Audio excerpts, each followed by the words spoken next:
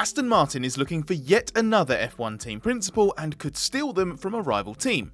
The troubled wannabe giant is on the hunt for what would be its 5th team principal in as many years, as technical genius Adrian Newey is not going to stay in that role for very long.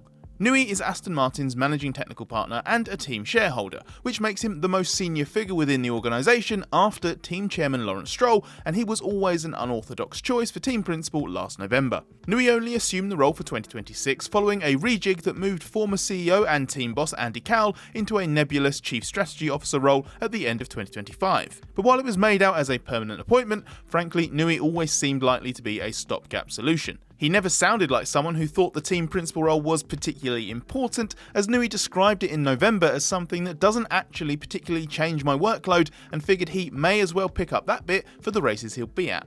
Newey made it clear he wasn't willing to let it dilute his design work, and while he was in Australia for the 2026 season opener and reluctantly conducted some very honest and open media duties there, he didn't travel to China for round 2.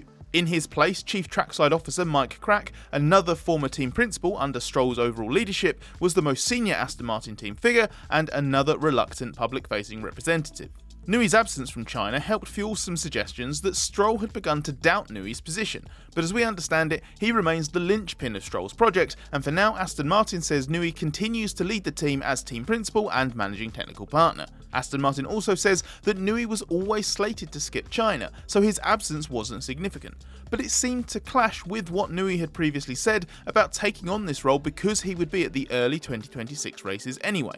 Maybe this reflects the reality that Aston Martin and engine partner Honda are in such a bad way that Newey's found the team principal job more distracting than he wanted or intended at the start of 2026. Aston Martin is currently trying to navigate an extremely troubled start to life with its new works engine partner.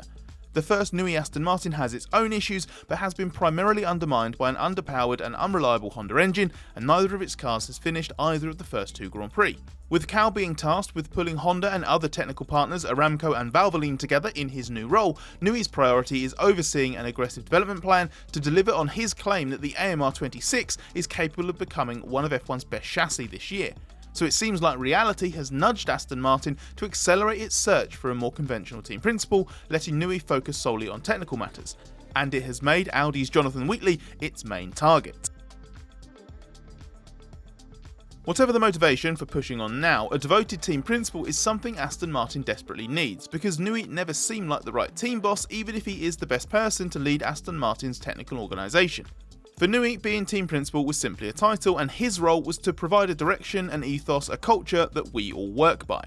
The problem is that Aston Martin's awful lack of leadership consistency has made that almost impossible for years now. The job isn't what it once was, given F1 teams are such sprawling enterprises that the split of a CEO or senior business head and team principal focusing on running the F1 team specifically is becoming more commonplace and effective. McLaren's arguably the gold standard for that, as Zak Brown leads the corporate side and Andrea Stella is given free rein to run the F1 team as he sees fit.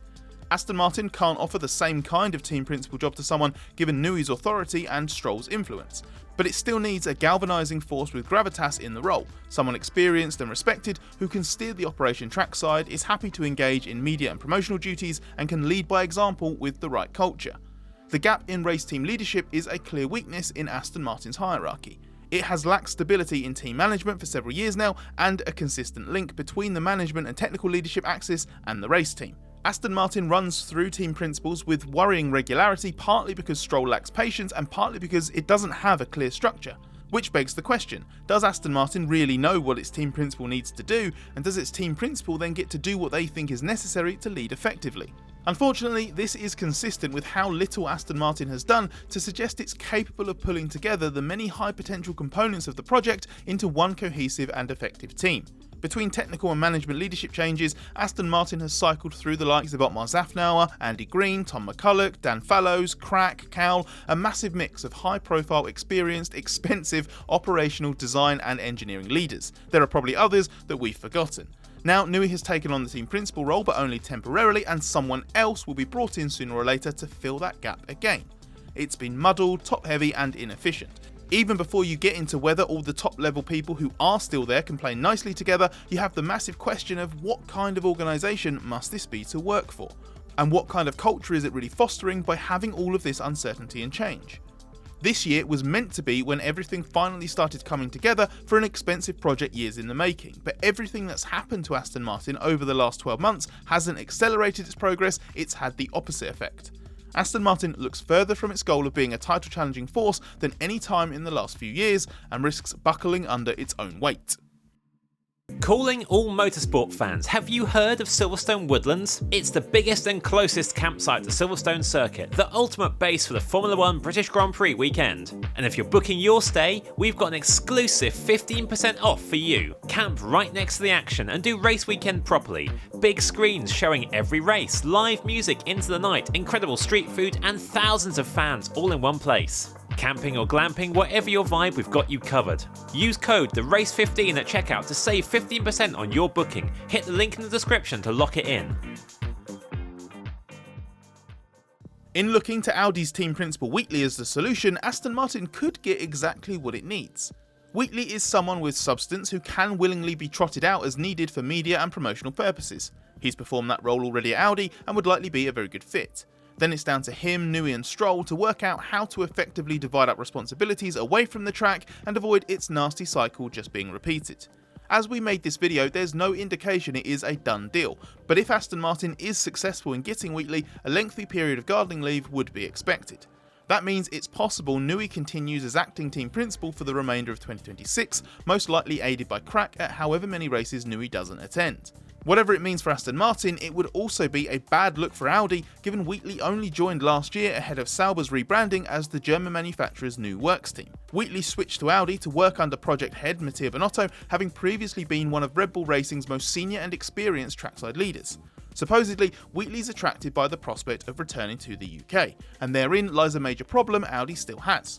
Wheatley only moved to Switzerland last year, and successfully relocating staff to Sauber's Hinwil headquarters is an issue that the company battled for many years. Audi's even set up a satellite technical base in the UK to try to mitigate the problem, but the fact is it needs a large workforce at the race team's Swiss headquarters. It might well be other circumstances are playing a part, or are even the real driving force behind Wheatley being tempted by a move, but Audi will need to get ahead of this story quite quickly to avoid it becoming a problem.